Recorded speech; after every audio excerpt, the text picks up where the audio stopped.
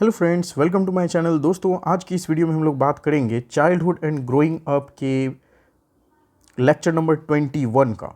तो lecture number 21 जो है subject Kohlberg's theory of moral development, यानी कि कोलबर्ग की थ्योरी जो है मोरल डेवलपमेंट से रिलेटेड आज हम सब इसकी चर्चा करेंगे। क्वेश्चन आपकी स्क्रीन पर आप देख पा रहे हैं, discuss the concept and implications of Kohlberg theory of moral development. यानी कि कोलबर्ग की जो थ्योरी है मोरल डेवलपमेंट की, उसे आज हमें डिस्कस करना है, उसका कॉन्सेप्ट क्या है और उसका एजुकेशनल क्या इम्प्लीकेशंस है वो भी। Lawrence Kohlberg's theory of moral development is a psychological theory that seeks to explain how individuals develop their understanding of right and wrong and how their moral reasoning evolves over time. तो ये जो moral development की theory जो है इसे दिया है Lawrence Kohlberg's ने, और इनकी दी गई ये जो मोरल डेवलपमेंट की थ्योरी है ये असल में एक साइकोलॉजिकल थ्योरी है और ये एक्सप्लेन करती है कि किस तरह से कोई व्यक्ति डेवलप करता है अपनी जो समझ होती है, क्या सही है क्या गलत है, राइट और रॉन्ग की जो अंडरस्टैंडिंग कोई व्यक्ति में डेवलप होती है वो कैसे डेवलप होती है, ये थ्योरी इसको एक्सप्लेन करती है। और कोई व्यक्ति कैसे अपना मोरल रीजनिंग इवॉल्व करता है टाइम, मतलब कि जैसे जैसे वो डेवलप होता चलता है समय के साथ साथ, जैसे बच्चे बड़े होते चले जाते हैं तो उसकी नैतिकता का जो सोच होता है, मतलब क्या सही है क्या गलत है, सही और गलत डिसीजन के बीच में फ़र्क करना जो सीखता है बच्चा, वो कैसे सीखता है, कैसे उसमें सोच में परिवर्तन आता है, आज इस थ्योरी में हम सब समझेंगे। Kohlberg built upon the earlier work of Swiss psychologist Jean Piaget and expanded on his ideas to create a comprehensive theory of moral development। यानी कोलबर्ग ने जो अपना थ्योरी बनाया है ये मोरल डेवलपमेंट की थ्योरी, उसका आधार है ये स्विस साइकोलॉजिस्ट जो थे जीन पियाजे, उनकी थ्योरी कॉग्निटिव डेवलपमेंट की एक थ्योरी थी और उसी कॉग्निटिव डेवलपमेंट की थ्योरी के आधार पर कोलबर्ग ने अपना ये मोरल डेवलपमेंट का थ्योरी बनाया है। Kohlberg proposed 6 stages of moral development grouped into 3 levels which reflect increasing complexity and abstract thinking। Kohlberg ने 6 स्टेज बताए हैं मोरल डेवलपमेंट के, और ये 6 स्टेज जो हैं वो 3 तरह के लेवल्स में कैटेगराइज्ड हैं, यानी कि ग्रुप्ड हैं। यानी पहले लेवल में 2 स्टेज, फिर दूसरे लेवल में फिर से 2 स्टेज और तीसरे लेवल में फिर से 2 स्टेज, यानी टोटल इस तरह से 3 लेवल में टोटल 6 स्टेजेस में इन्होंने समझाने का प्रयास किया है मोरल डेवलपमेंट को। ठीक, which reflect increasing complexity and abstract thinking, यानी कि हर एक लेवल ये दिखाता है कि पिछले लेवल की तुलना में नेक्स्ट लेवल में और ज़्यादा कॉम्प्लेक्सिटी आ जाती है, मोरल डेवलपमेंट ज़्यादा बेटर हो जाता है और उसमें एब्स्ट्रैक्ट थिंकिंग की काबिलियत भी और ज़्यादा बेहतर हो जाती है पहले से। तो दीज लेवल्स आर, तो पहला लेवल है pre conventional level. Pre conventional level जिसमें कि 2 स्टेजेस हैं, स्टेज 1 और स्टेज 2। आइए देखते हैं इन दोनों को। तो प्री कॉन्वेंशनल लेवल ये फर्स्ट लेवल है मोरल डेवलपमेंट की थ्योरी का, और इसमें जो फर्स्ट स्टेज है स्टेज 1, इसमें जो परिवर्तन देखने को मिलते हैं वो है ओबीडियंस एंड पनिशमेंट ओरिएंटेशन। यानी कि moral decisions are based on fear of punishment और डिज़ायर फॉर रिवॉर्ड। तो मोरल डिसीजन यानी नैतिक जो डिसीजन बच्चे लेते हैं वो या तो पनिशमेंट के डर से लेते हैं या तो कोई रिवॉर्ड मिलने की इच्छा से लेते हैं, यानी पुरस्कार कुछ मिलेगा इसके लिए कुछ वो सही काम करते हैं, या तो पनिशमेंट के डर से सही काम करते हैं। ठीक, तो ये स्टेज 1 है मोरल डेवलपमेंट का। जब स्टेज 2 में बच्चा पहुंचता है तो इंडिविजुअलिज्म और एक्सचेंज वाली भाव आती है, मतलब कि moral decisions are driven by self interest. यहाँ पर इंडिविजुअलिज्म मतलब अपने बारे में बच्चा सोचता है कि अगर उसके लिए जो चीज़ अच्छा है, ठीक, सेल्फ इंटरेस्ट उसके खुद के हित में जो चीज़ है अगर अच्छा है तो वो उस डिसीजन सही डिसीजन को लेता है, सही बात को मान लेता है। And the possibility of reciprocity. Reciprocity मतलब जो परस्पर उसके साथ बाकी जो भी लोग हैं अगर उनका भी उसमें कल्याण हो रहा है कोई अच्छी बात मानने से, तो फिर वो सही डिसीजन को इससे मानता है। यानी कि पहले स्टेज में हमने देखा बच्चा पनिशमेंट के डर से या फिर रिवॉर्ड की इच्छा से कोई सही कदम को उठाता है। ठीक, और जब कुछ दिन बाद उसकी सोच और डेवलप हो जाती है, स्टेज 2 में जब बच्चा पहुंच जाता है मोरल डेवलपमेंट, तब उसमें किस आधार पर होता है, अब पनिशमेंट का डर नहीं है या फिर कुछ पाने की इच्छा नहीं होती है। स्टेज 2 में होता क्या है कि बच्चा खुद ही देखता है कि क्या उसके काम की चीज़ है, कोई सही डिसीजन अगर हम ले रहे हैं इस बात को मानने से अपना खुद का फ़ायदा है या फिर अपने लोगों का फ़ायदा अगर है, तो अगर ऐसा हो रहा है कोई फ़ायदे की चीज़ है तो बच्चा उस चीज़ को कर लेता है सही काम को। ठीक, फिर सेकेंड लेवल है कन्वेंशनल लेवल। कन्वेंशनल लेवल में 2 स्टेज और हैं, एक स्टेज 3 और स्टेज 4। तो कन्वेंशनल लेवल में के स्टेज 3 में आप देख सकते हो, यहाँ पर जो कॉन्सेप्ट है वो है इंटरपर्सनल रिलेशनशिप्स, यानी moral decisions are influenced by the desire for social approval and maintaining relationships. यहाँ पर जो मोरल डिसीजंस लिए जाते हैं चिल्ड्रन के द्वारा, वो इसलिए लिए जाते हैं ताकि वो सोसाइटी में अपने आप को फेवरेट बना सके, ठीक, ताकि दूसरे लोगों के साथ उनका रिलेशनशिप्स बहुत ही अच्छा हो सके।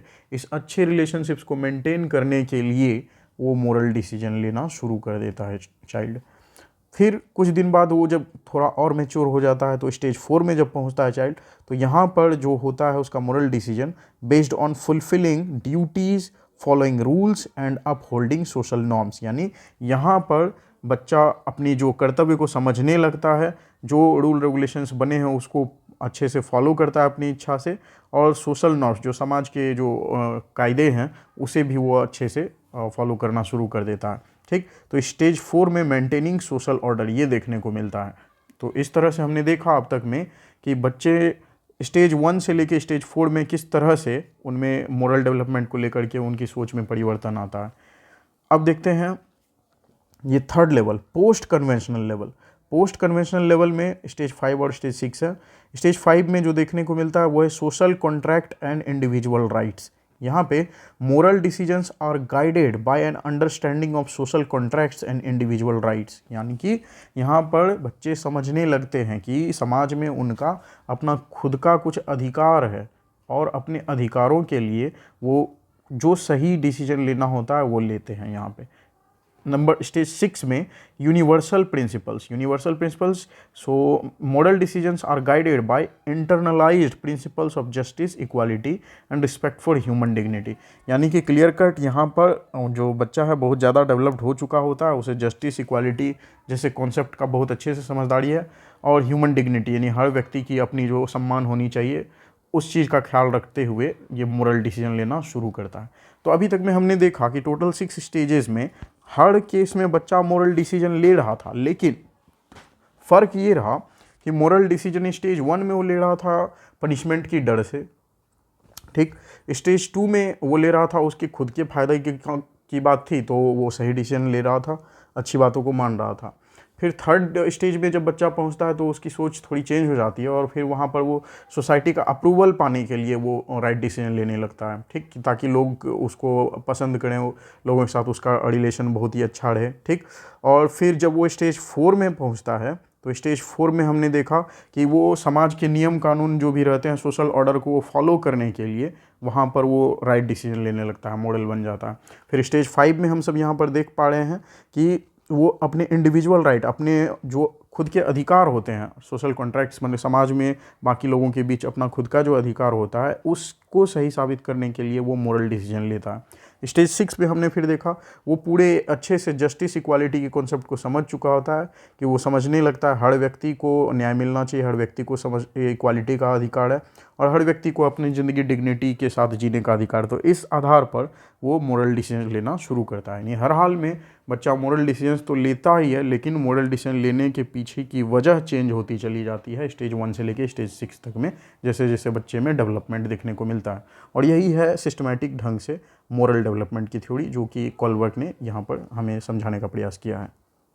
So Kohlberg believed that individuals progress through these stages in a sequential manner, with each stage building upon the previous ones.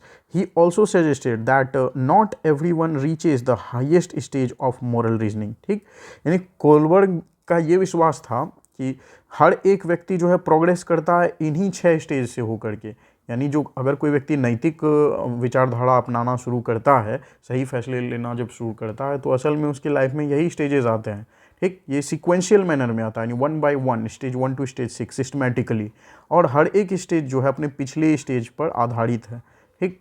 He also suggested, Kohlberg ने ये भी सजेस्ट किया कि हर कोई व्यक्ति जो है हाईएस्ट स्टेज नहीं स्टेज 6 तक नहीं पहुंच पाता है। ज़रूरी नहीं कि हर व्यक्ति इतना मॉडल बन ही जाए, कुछ व्यक्ति अपने पूरे जीवन काल में 6 स्टेज तक नहीं पहुंच पाते हैं, कुछ पहुंच भी जाते हैं, ऐसी इन्होंने बात कही है। The implications of Kohlberg's theory of moral development are significant यानी कि कोलबर्ग्स की जो मॉरल डेवलपमेंट की थ्योरी है उसका इम्प्लीकेशन भी बहुत ही ज़्यादा इंपॉर्टेंट है. It emphasizes that moral development is an ongoing process that continues throughout an individual's life. यानी कि मोरल डेवलपमेंट एक लाइफ लॉन्ग प्रोसेस है, ये हमेशा होता चला जाता है स्टेप बाय स्टेप. ठीक. The theory suggests that individuals progress through stages as they encounter more complex moral dilemmas and are exposed to diverse perspectives. तो जैसे जैसे इंडिविजुअल्स प्रोग्रेस करते हैं, जैसे जैसे वो और ज़्यादा कॉम्प्लेक्स सिचुएशंस का सामना करते हैं और जैसे जैसे उनके सामने ज़िंदगी में बहुत तरह तरह की दुविधाएं आती है, तो उसमें वो लोग और ज़्यादा मोरल डिसीजन लेना सीखते चले जाते हैं. One implication is that moral education and experiences can play a crucial role in facilitating moral development.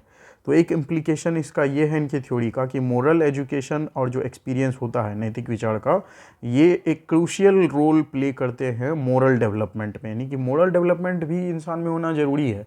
अगर व्यक्ति में मोरालिटी नहीं रहेगी तो फिर वो व्यक्ति सही और गलत के बीच का फ़र्क ही नहीं समझेगा. तो इसलिए मोरल डेवलपमेंट तो बहुत ही क्रूशियल पार्ट है एक ह्यूमन डेवलपमेंट में.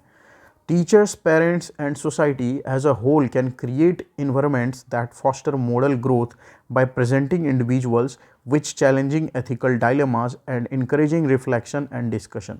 तो टीचर्स, पेरेंट्स और सोसाइटी की ये जिम्मेदारी बनती है कि वो लोग ऐसा इन्वायरमेंट तैयार करें जिससे कि बच्चों का मोरल ग्रोथ हो सके, जिससे बच्चे का मोरल डेवलपमेंट हो सके. बच्चों के सामने ऐसी सिचुएशन क्रिएट करी जाए, ऐसी चैलेंजिंग सिचुएशन क्रिएट करी जाए जिससे कि उनके सामने एक एथिकल डायलेमा वाली सिचुएशन बने. मतलब उनके सामने सही और गलत रास्ते को चुनने का एक दुविधा वाला सिचुएशन क्रिएट किया जाए और फिर ये देखा जाए बच्चा किस तरह से सीख पा रहा है सही डिसीजन को ले पाना. क्योंकि मोरल डिसीजन यानी कि सही डिसीजन ज़िंदगी में लेने आना, ये बच्चे के लिए जानना बहुत ज़्यादा ज़रूरी होता है. So, Kohlberg's theory also has implications for understanding cultural and individual differences in moral reasoning. तो कोलबर्ग की थ्योरी का एक और दूसरा इम्प्लीकेशन ये भी है कि कल्चरल और इंडिविजुअल डिफरेंसेस, यानी कि अलग अलग संस्कृति, मतलब दुनिया में बहुत सारी संस्कृति है, बहुत सारी संस्कृति को मानने वाले लोग हैं और इस तरह से डिफरेंट कल्चर के लोगों की सोच भी अलग अलग होती है और इन सारे लोगों का जो सोच होती है उन सब के सोच का सम्मान करते हुए एक बैलेंस मोड में लाइफ को जीना, ये भी एक इम्पॉर्टेंट एस्पेक्ट है लाइफ का. तो कोलबर्ग की थ्योरी इस बात को भी बहुत ज़्यादा फॉस्टर करती है. So different cultures and societies may prioritise certain stages of moral development and individuals may vary in their progression through the stages based on their experiences and cultural context. यानी कि अलग अलग कल्चर और अलग अलग society जो है उनके लिए मोरल डेवलपमेंट का जो स्टेजेस है वो अलग अलग हो सकता है. ठीक. यानी हर कल्चर में वो अपना खुद का ही एक मोरल सिस्टम रहता है. तो हर कल्चर अपने खुद के जो उनका सिस्टम बना हुआ है उसके आधार पर अपने मोरालिटी के स्टेजेस को प्रायोरिटाइज करता है. ठीक. और इंडिविजुअल की जो यहाँ पर सोच होती है, उस सोसाइटी में रहने वाले जो लोग हैं वो उसी फॉर्मेट के अकॉर्डिंग प्रोग्रेस करते चले जाते हैं. ठीक. जैसा कि वो उसके कल्चर में बनाया गया है, जैसे स्टेप बाय स्टेप. यानी कोई ज़रूरी नहीं कि हमेशा कोलबर्ग की थ्योरी के अकॉर्डिंग ही डेवलपमेंट लोगों में हो. Moral development culture to culture ये वेरी करता है. यानी कुछ स्टेजेस पहले आ सकते हैं, कुछ स्टेजेस बाद आ सकते हैं अलग अलग कल्चर्स में, यहाँ ये कहा जा रहा है. Next, critics of Kohlberg's theory argue that it over emphasizes abstract reasoning and neglects other important factors such as emotions and personal relationships which can influence moral decision making. तो कोलबर्ग्स की theory के जो critics हैं वो इस बात को रखते हैं कि कोलबर्ग की थ्योरी जो है बहुत ज़्यादा एब्स्ट्रैक्ट रीजनिंग पर ही फोकस करती है और ये इमोशंस को बहुत ही ज़्यादा वैल्यू नहीं देती है, इग्नोर करती है. पर्सनल रिलेशनशिप्स और इमोशंस को ये इग्नोर करता है कोलबर्ग की थ्योरी. ठीक. और सिर्फ ये फोकस करते हैं सिर्फ मोरल डिसीजन मेकिंग पर through abstract reasoning. Additionally, cultural bias and gender differences have been identified as limitations of the theory as it was primarily developed based on research conducted with western male participants. तो एक बात ये भी है कि Kohlberg की ये जो थ्योरी है ये सभी कल्चर में फिट नहीं बैठती है. जैसा कि हमने अभी पिछले पेज में भी देखा, कॉलबर्ग खुद कहते हैं कि उनकी जो थ्योरी है वो उनका जो स्टेजेस है, स्टेज 1 टू स्टेज 6, ज़रूरी नहीं कि सारे कल्चर में एक जैसा ही फॉलो हो, अलग अलग कल्चर्स में अलग अलग तरह से मॉडलिटी डेवलपमेंट का अपना खुद का सिस्टम क्रिएट किया हुआ है। और यहाँ पर कॉलबर्ग ने जो ये सिस्टम बनाया है स्टेज 1 से स्टेज 6 तक, वो उन्होंने असल में जो रिसर्च किया हुआ था वो वेस्टर्न मेल पार्टिसिपेंट्स पर ही सिर्फ किया था, यानी यूरोप और अमेरिका जो कंट्री है उनके मेल लोगों को इन्होंने कुछ स्टडी किया और उसके आधार पर उन्होंने देखा कि किस तरह से बचपन से बड़े होते होते उनमें जो मॉडल डेवलपमेंट होता है वो किस किस स्टेज में होता है, क्या क्या चेंजेस आते हैं, और इस आधार पर इन्होंने अपनी थ्योरी ये दी थी। Despite this criticism, Kohlberg's theory remains influential in the field of moral psychology and has provided a valuable framework for understanding the development of moral reasoning.